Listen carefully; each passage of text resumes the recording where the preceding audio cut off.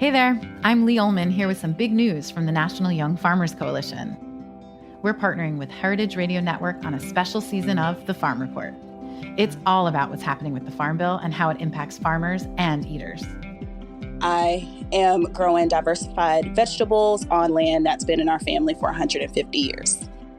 And so with the pandemic, gentrification, property values going up, we had to sell the land and we lost it. Join us as we uncover the untold stories behind this massive piece of legislation that shapes how we grow our food, what we eat, and so much more. The problems we have had, those are things that come from earlier Farm Bill and USDA policy, right? Like Earl Butts, get big or get out. You know, it's my responsibility to know not only what I'm eating, but then like how that all came to be. And realize like, wow, like this piece of legislation, all this money, like it's technically something that I support as a taxpayer. While Congress debates the next Farm Bill, this is not just an invitation to listen. It's a call to action. Be part of the conversation. Subscribe to the Farm Report on Heritage Radio Network, wherever you listen to podcasts. My name is Brandon Boy, co-owner of Roberta's, a super duper awesome place. Roberta's is a very, very, very, very proud sponsor of the Heritage Radio Network. We're also super awesome. Thank you, Heritage. You're listening to Heritage Radio Network, broadcasting live from Bushwick, Brooklyn. If you like this program, visit heritageradionetwork.org for thousands more. Hello, Mr. and Mrs. America, from border to border, coast to coast, and all the ships at sea. Streaming live from the County of Kings, Brooklyn, New York City, on the Heritage Radio Network. Are you ready for the fastest half hour on the internet today? It's the Mike and Judy Show, spanning the globe for high-minded hijinks and lowbrow kicks to bring you the best in sex, drugs, rock and roll, and nuclear fission. They're too bad for radio and too good looking for television. And now, here they are, to pluck the low-hanging fruit of the literati. Your hosts, Mike Edison and Judy McGuire. Welcome to the Mike and Judy Show without Mike. I hardly even know what to say because Mike always talks in the beginning and in the middle and the end. But this week we have a special co-host because Mike is off hunting in the woods. Maura Johnston, thank you for being my co-host. Thank you for asking me, Judy. You're looking beautiful today. Oh, well, I try. I try to keep fresh on Sundays, especially when I'm out till 5 in the morning on Saturday. So were you really? I was. Oh, I don't you're really under do 40. that very often. I am, but not very under 40. So I was out, carousing at bars and walking around Williamsburg. It felt very young. Oh, you're in my neighborhood. You should have called me, but not after 10:30. Well, I didn't get there until 11. So. Oh my God. Yeah, whenever anyone asks me to do something, our band goes on at 11 or 12. I'm like, yeah, sorry. I'll buy your record. Your records. See? Your records, yes. Your records, yes. No. But we're very excited because we're joined today by Blair Koenig from one of our favorite blogs, STFU Parents blog.com. Yes. Thank you for having me. Thanks for coming. Yay. And her handsome boyfriend and future impregnator, Brian Blessinger. Where's the calendar? Blair, you've had your secret identity. Like you were the anti-superhero heroine. What made you decide to come out finally this week? Well, I do have a book coming out in April, and I wanted to attach my real name to it. So, good move. I'm not a big fan of writing books under, no name or the name B, which is what I've been going as on the blog for a long time. So I went ahead and revealed that information, and when I did, I kind of had to fess up about who I am, and I also was on the Ricky Lake Show, and the New York Post did a spread at the same time, so it was kind of a nice batch of, awareness about who I am and that this book is coming out. A coming out party. Yeah, it was a coming out party of sorts. It gets better. It does get better. I know you were a little nervous about coming out because you are kind of a private person, unlike me and Maura, who will put our pap smears on the internet.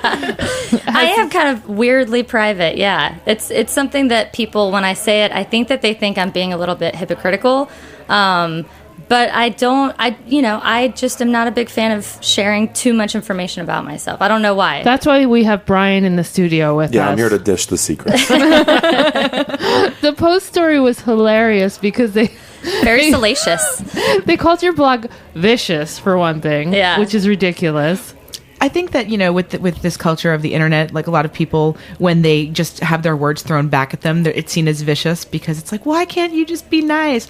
But sometimes, you just have to say, hey, this is maybe too much information for you to share with a lot of people at once, as opposed to one-on-one in a conversation or even 1-on-3 in a conversation. Right, like this phone photo of my son's giant balls. Exactly. And did you miss those posts? I guess I missed those posts. They're out there. Yeah, no, it but I have some, obviously, lots of baby balls. I'm in my late 30s and I have friends who have been having children and stuff, and I think that one thing that is that I don't think has been probed yet is just like probed. Sorry, is the effects that these overshares, like, could you imagine like being in 5th grade and someone coming up to you and being like, well, I mean, this wouldn't happen to us because we're women, but someone coming up to you and be like, I saw your balls when you were a baby. Or it's going to start happening. That's exactly even the point. More of a real time type of thing where where someone says, my mom is friends with your mom, and apparently you got your period yesterday. Yeah, the period thing. I mean, you're so easily embarrassed when you cannot imagine during your period year. Yeah. And the strangest thing is that now there are these period parties, and they're being very heavily promoted, and just go with the flow, Blair. Exactly. And that's the problem, is that because it's like people are actually capitalizing on this phenomenon of oversharing in this very weird way, and I don't understand it at all. I mean, I would have died and buried myself if my mother had thrown me a period party. Well, I mean, I just wanted to die and bury myself when even we had the talk in 4th grade. Like, I was just sitting there with my head in my hands and looking at all the products that the school nurse was like flinging our way. And I joke that when I got my period, I told my mother, and she was watching the McLaughlin group at the time. Oh, God.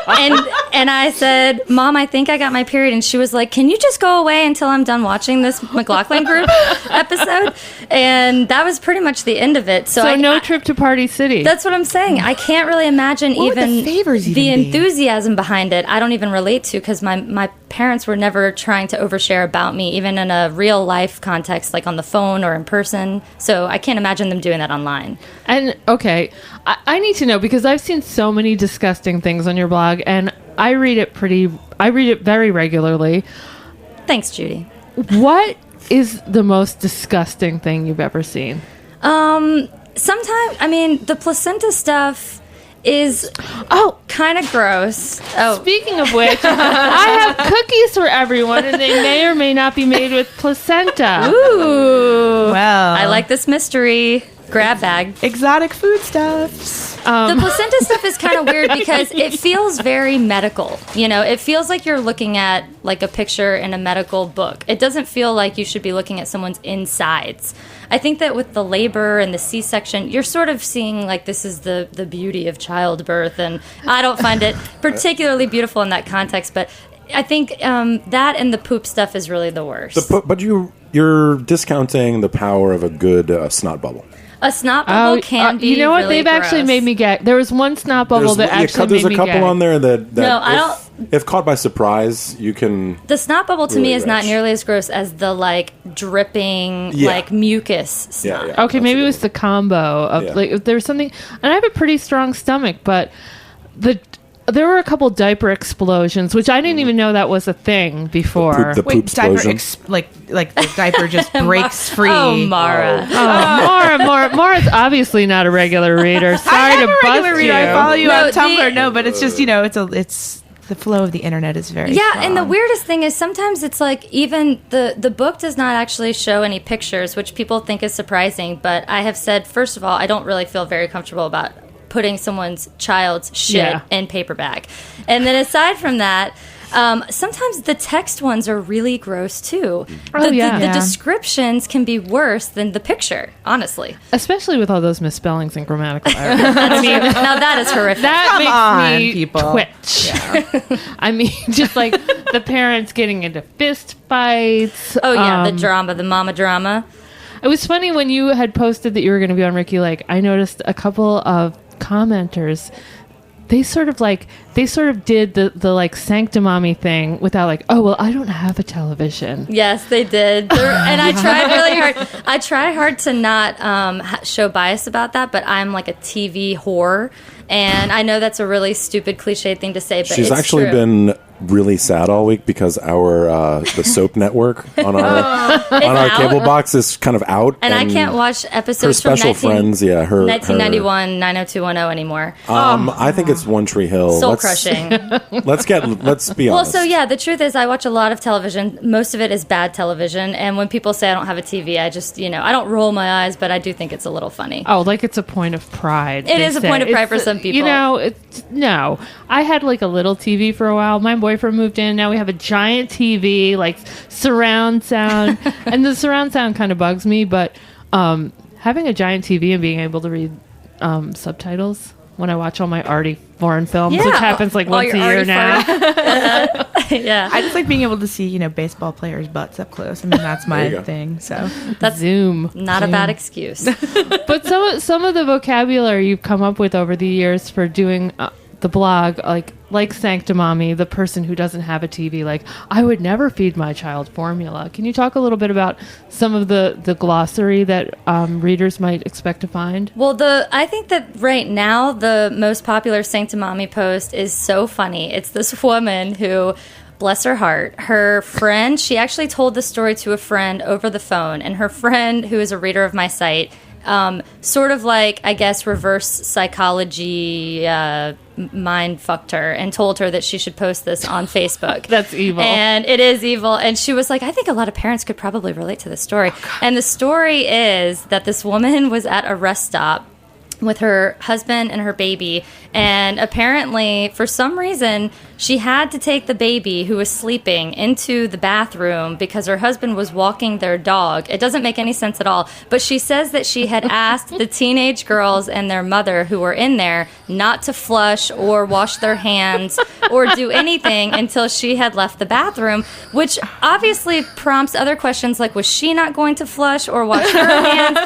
And then they hold the baby, like, while right, and then they did flush because they thought obviously she was crazy. And then she complains and she's like, people are so rude these days. There should be rules in rest stop bathrooms. But I mean, do you think that this kind of behavior is new, or that it's just more promoted, or the combination of the two? Because I mean, I could not imagine when I was a kid, like my mom, like, being like, okay, everyone else, right, my kid's coming in, hold the phone, Yeah. Like what do you think is going on here? I think that there is a very competitive culture for children now that did not used to exist, and it has caused a lot of parents to go into overdrive. They don't want their children to fail. They don't want to feel like they're failing their children, and so by making them hear flushes, exactly, by having to force them to figure out how to sleep through a lawnmower, and these are the types of things that do contribute. If you start, I'm assuming, when they're babies, into as they're older, you're the one who's like, no gluten free, every snack has to be gluten free because no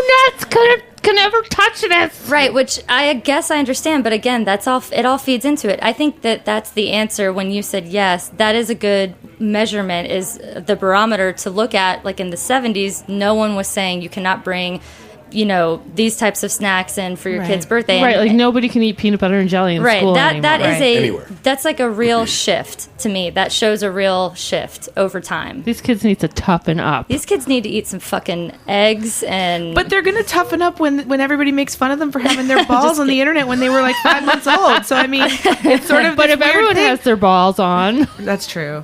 Then does anyone really? But are they going to toughen up? Because on the other end of it, you have these kids who are coming out of college and having their parents accompany them on job interviews. Yes. So are they going to come? I mean, like, did you even? You know what I mean? Like, put that through the ringer in your brain for a second. You're so messed up you're so infantile as a 22-year-old that your mother follows you to work and goes, well, I'm not really sure if these guys have a nice enough bathroom for you to even finish this job interview. You know what I mean? Like, this type of thing happens. Or they're directly negotiating your salary. And if they don't get the job, then the parent will sometimes intervene and say, I just want to understand, why didn't he get the job? And, that's the other end of this whole I can't cycle. even... As a freelance writer, I mean, you're just like, could you imagine your mom writing your pitches for you? Yeah. Or just My spell daughter checking. Laura has a great idea. Please reply. And I don't want her getting that shitty wage. Yeah, she's going to come to the interview. I'm making her wear a sweater. Well, we're going to take a short break right now. We've got, I think, something from Daptone Records. Joe's going to play us out. Play it. Maybe. You're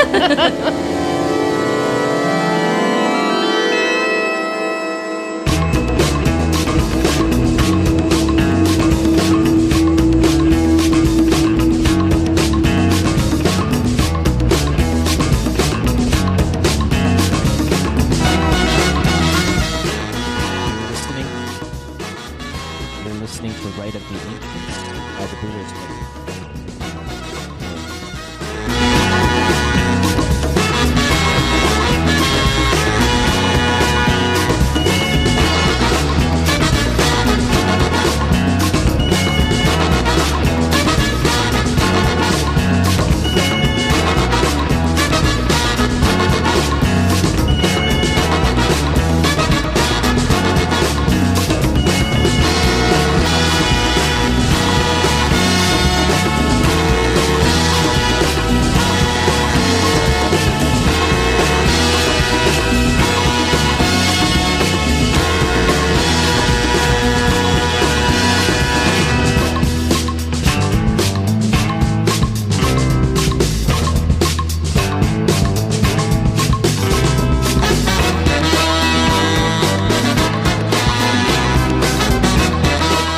Okay, we're back. Hello. Hi, Maura. Hi, Judy. One thing that is news to Maura that I just told her was that I only watched the Blair segment on the Ricky Lake Show. I didn't see a need to watch the other bits because one of our favorite bloggers was on with her, Julia Allison. I think she's more of an internet personality. Yes, she is. No, she doesn't like the word blogger. Yes. But Maura and I both have the guilty secret of being big reblogging Donk fans. Huge. Dun, dun, dun. I'm coming out. This is a coming out week for all of It us. really is. Yeah. It is one of the funniest blogs out there. It really is. I mean, you have this woman who's... I have had some personal interactions with her as a former Gawker Media employee. Oh. And they were, shall we say, not positive. Less than pleasant? Less than pleasant. But she's so nice. Well, if she knows who you are and you're not like just a music writer with weird curly hair, sure, I guess she's nice, but... Dun, dun. But I interned with Julia in 2005. What did you learn from Julia Allison? That's what I'm curious about. The thing I will say is that Julia is actually, her whole thing that she puts out there is as sincere as it gets. And even if it comes across as ridiculous as it is, it's not particularly insincere as psychotic. Absolutely. And that's what I'm saying. All the good, all the bad. I think she would say totally sincere. Yeah. She's not faking any of it. Neither the crazy nor the slightly vaguely periodically. I hadn't seen her in 6 years, and it was funny running into her. Did you recognize the nose? Sorry, not to be. I'm not body stalking. It's just like there have been a series. Oh no! Sorry. She, I think that she's had a really. It's actually. I think it's kind of better to run into her now than maybe like 3 years ago when she was happening. Yeah, I think that would have been a very strange time. Yeah. Yeah. Did you watch Misadvised? I did. Oh my God! Are you kidding me? Spiro, my boyfriend called it the show where bad people do bad things. Yes. Very that accurate, is perfect. Only to be trumped by gallery girls, frankly. Oh, I haven't watched I that. couldn't my God. stomach that. Let's not go there. Oh, yeah. man. Yeah, bravo. Those sorts of shows too, like just the dating shows. I wonder. I kind of feel bad for everyone on them in a way because I feel like there are so many. I know they do, but like the forced scenarios, and the awkwardness that ensues, and then also, no matter how awkward or good something might be, then you're subject to the editors.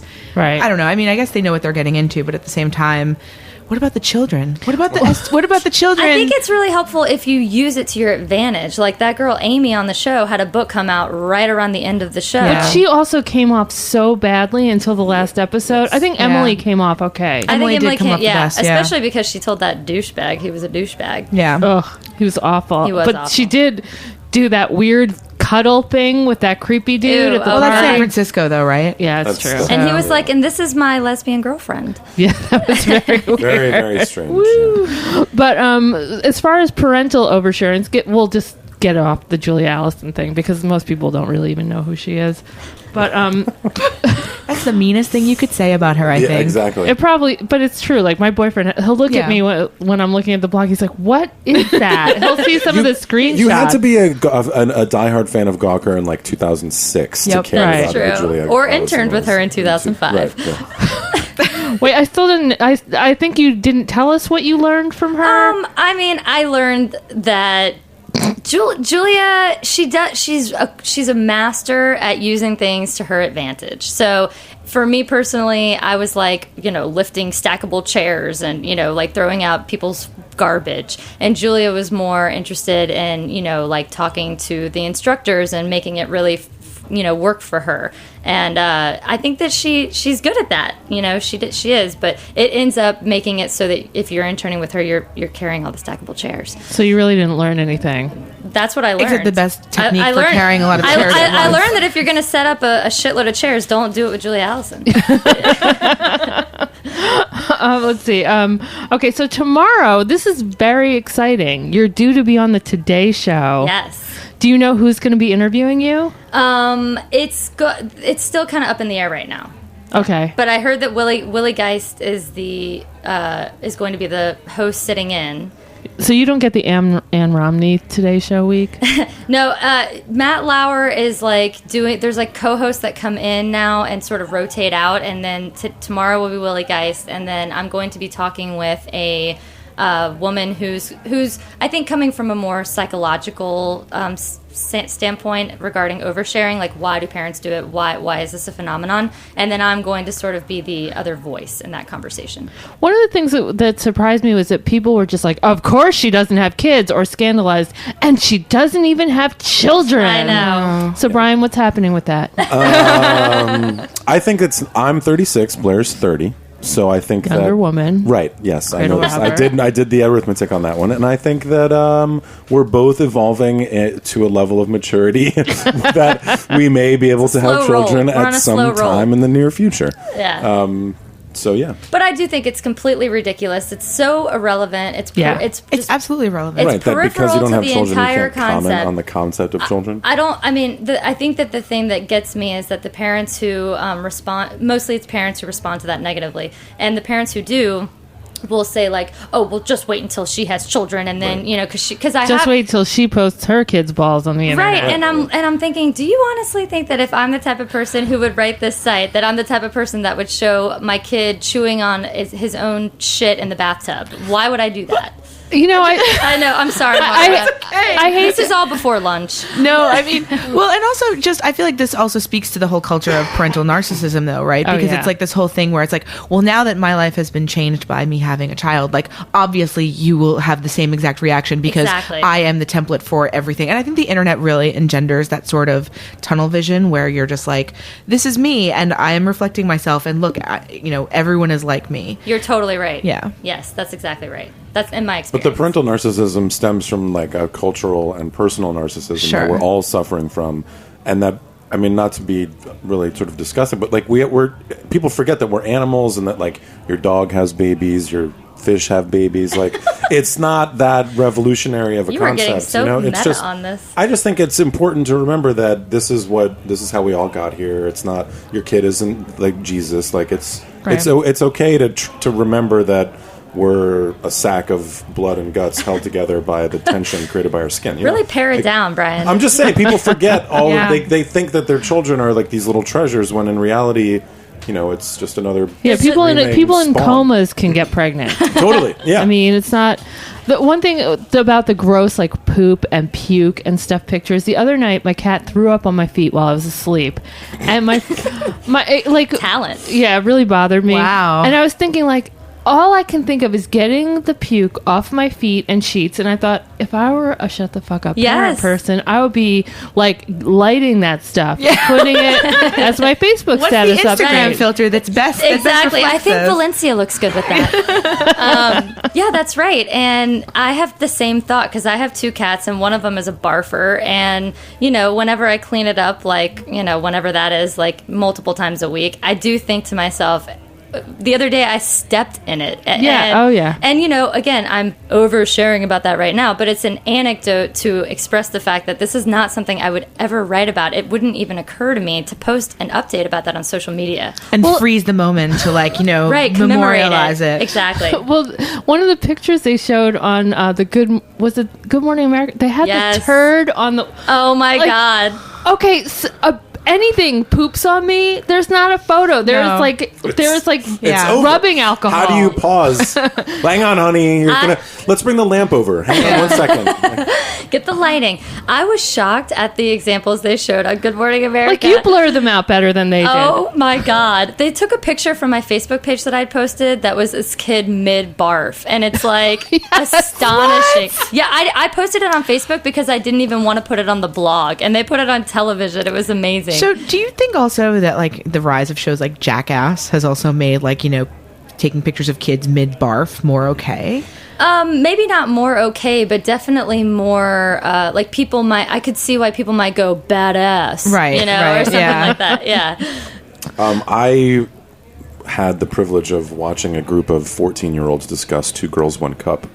And I was like, I really thought that there was no way this could still be floating around the internet. And they're like, oh, yo, and then I was like, I'm not going to get into it. But, you know, I was like, really? You can still, that's still a rite of internet passage, is the watching of Two Girls, One Cup? It's the new, I've not done it. It's the new joy of sex, I guess. Apparently, yeah.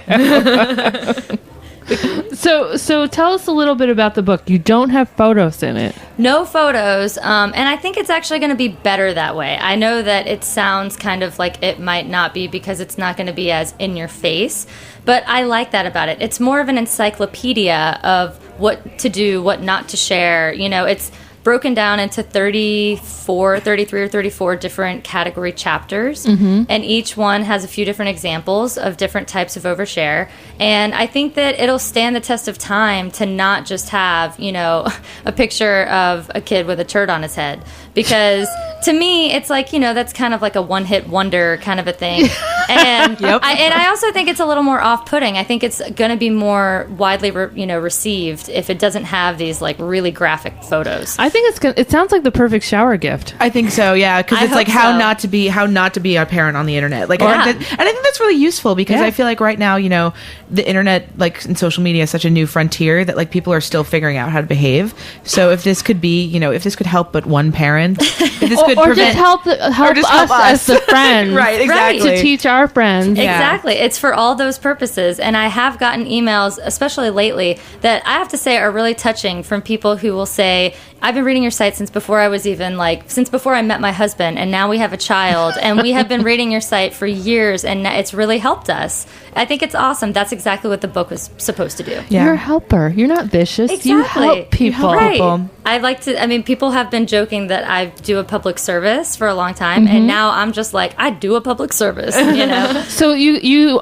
are open to having children. So when you do give birth, I'm sure the video is going to be on your Facebook page. Absolutely. All the angles. I'm going to get a quick camera and live stream it. You're not going to hire someone? Don't you want a pro? Well, I'm going to do my own live stream. Of course, we'll have a camera crew. One of those GoPros and put it on your head, and so you know, like you could get like the your eye view of that's the a good delivery. idea. I think we should do all those things. Multiple feeds for sure. $5, you get you know, one stream, 10 all. We could have somebody live sketching it as well. Like a cervix artist. She's at 2 centimeters. Exactly. She's at 4. It'll be like those Georgia O'Keeffe paintings. Right.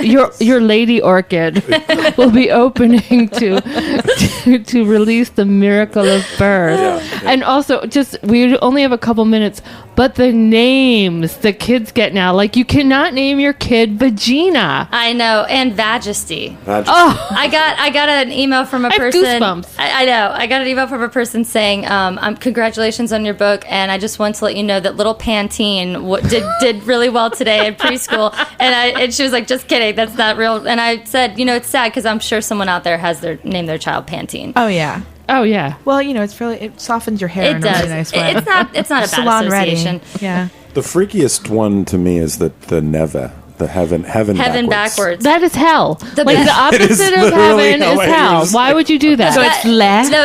The best thing. They call their kids Neva. Oh, I know. No, the best thing. But you're right. Metaphorically, it's hell. The other day, I got a submission where someone said, I'm thinking about naming my child Never, however the hell you say it. And then someone wrote, no, name her Heaven because you don't want to be unoriginal or something. Like it was like Heaven is the new Neva. Going backwards. Just name your kid My Betty.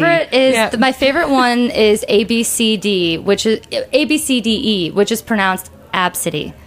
Absidy. And that's a real thing. I know you're looking at me like I'm crazy, but I'm telling you a real thing. Absidy. I mean, this is the thing, though. It's sort of like with domain names, kind of. It's like, how all those domain names of the new Web 2.0 services, like drop a vowel or add some consonants. It's like it's like the sort of domain namization of kids' names because it's this whole thing where, we need to be super original and have something that no one's done before, but then you're just like, oh, it's really kind of... Yeah, the teacher is going to just be stumped. It's not enough that there's like the Eastern European kids with 10 consonants in a row. Yep. Now there's like imaginative parents. Or what's the point of naming a child a traditional name with a wacky spelling? That doesn't make any sense to me either. It makes you really different and special. Although, actually, I have a cousin whose name is Janeem, Geneem. And she's named that because her mother said Janine, but the nurse misheard it. So that's how it's spelled. Yeah. My last name is misspelled. The rest of my family, my father is supposed to be Maguire. But we're MC. But yeah, the doctors know best. I like it that way, Judy. Yeah, I like it that way. It makes you more special. I'm totally special. Camel case. And we're out of time. How does this happen? How does that happen? It's so. Thank you so much. Maura, I'm sure Mike would agree. You're so much cuter to look at. Adorable, I would say. Adorable. Brian, Blair. Thank you for having us. Thank you. STFUparentsblog.com. Tell me the name of the book again. The main headline is STFU Parents. But just go to her blog and you can pre-order it. Every single person who's giving birth in my life, you're getting this book. Yep, pretty much. Thanks, guys. Thanks for being here. Thanks for having us. Bye.